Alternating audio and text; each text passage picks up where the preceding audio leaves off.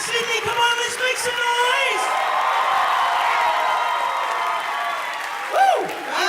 Nice. So I got rid of my beard in February 2015. Well, the truth of the matter is that there is a very good reason for why I got rid of my beard, and a very, very good reason why it is never, ever coming back. And that reason is that I am transgender. No. I've seen you talk about your concern about returning to stage with the band and having heads in the audience. Sure. You've done a few shows now. Yeah. Have heads reared their heads yet? Not in the shows. I think the shows have been pretty cool. People have been coming out. There's been a lot of support from like long-time fans who are like a little bit relieved when they come to the show. They're like, oh, thank God, I thought the show would be completely different. I thought your sense of humour would have changed. I thought this would have changed. I was like, well, not really. I mean, my hormones have changed, but that's about it. So there's a sense of relief that this comedy's still the same. And there's a lot of support, but we've also got a lot of new audience, a lot of people from, you know, the LGBTQIA+ community coming out, a lot of trans kids, trans young people, and a lot of parents with trans kids coming up and saying how wonderful it is for them, their kids, to already be fans of our work, and then to see me come out and then have that connection, and to have kind of, you know, what they've, you know, set a role model in you know, someone that they've looked up to already, and that's really great for me, and I'm really, you know, keen to do that if I can be there, because I do, you know, realise and I see that there aren't a lot of trans people with profile in Australia. You know, there's a few, but not really many in comedy or entertainment or that are a bit younger or anything like that. So I think that's good, and I want to be a part of there being more as well, and making sure that there is opportunities for gender and sexuality diverse people to have opportunities in comedy, because it's you know, traditionally a bit of a boys' club, and it's very cis and white, and yeah, we should work at changing that.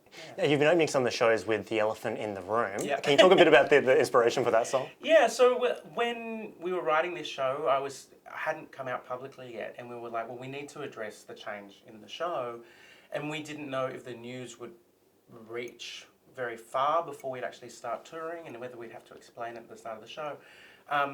But we also had to do it in a way that was funny, and in a way that our audience would enjoy, but also in a way that people didn't think it was a joke.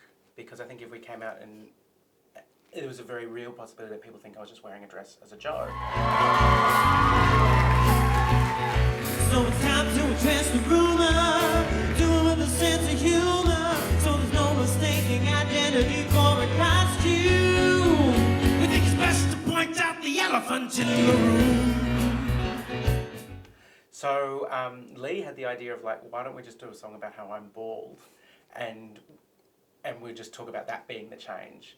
And then we took it a step further of going, okay, well then what if we ask you all the questions that I've been asked in the last 6 months, but make it about you being bald. How long is it going to take before you're fully bald? Great question. And you know what? I'm not even sure. I lost a few more hairs this morning, so this isn't even my final form. It's been a really good way for people to engage with the issue as well. It kind of deals with those awkward questions that people have, and you know, and they're hard to hear over and over again when people are asking you about surgery or asking about private things. But it was a way for us to kind of actually answer them without putting myself in an awkward position and making it funny, and yeah, and a diverse audience have really liked the song. So I think when you do comedy about trans stuff, there is tendency for kind of mainstream people to switch off and go, well, you know, I don't care what you do. I don't care what you do with your body. Just don't talk about it. Don't bother me with it. Which we've gotten a little bit of. But with this, it's like, oh, you totally talked about it, and I could totally engage with it because you made the song about a cisgender white heterosexual man. I'm like, yeah, okay, cool. That's what we've got to work on next. But I'm glad that you enjoyed it. I'm glad you... you know, and queer people as well have also been like, oh, that song was great, it dealt with the issue, and I didn't feel uncomfortable, and I don't think you put us in a bad light. So I think we did a good job. I think we nailed it. Yeah, for sure. well, that song aside, I'm curious because you've got a new album, or a recent album, Viva La Vida Loca Las Vegas. Nailed it. Thank you. Awesome. I practiced that. Yeah. But when you are, you know, making spoof songs or parody songs or just comedy songs in general, what are you looking for? Are you looking for things that'll be fun to do live, songs that are timeless, songs that are of the moment? To be honest, it's about being open to all of those things. Kind of inspiration hits you in many different ways. I mean, sometimes it's hearing a song on the radio. Sometimes it's a thing that happens during your day. Sometimes it's someone that you observe on the street, or the way that people behave when they listen to music.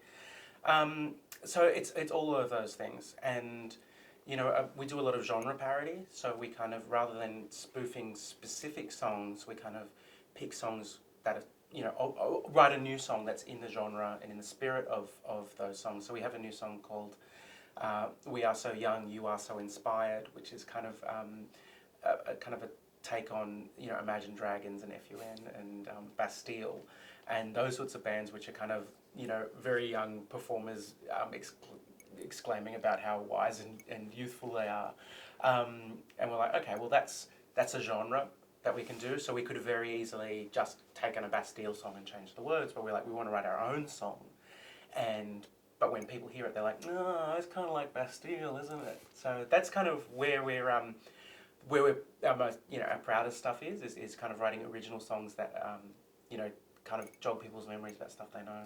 Hey guys, if you enjoyed that video, click here to subscribe to our YouTube channel, or find more of our stuff at studentedge.com.au.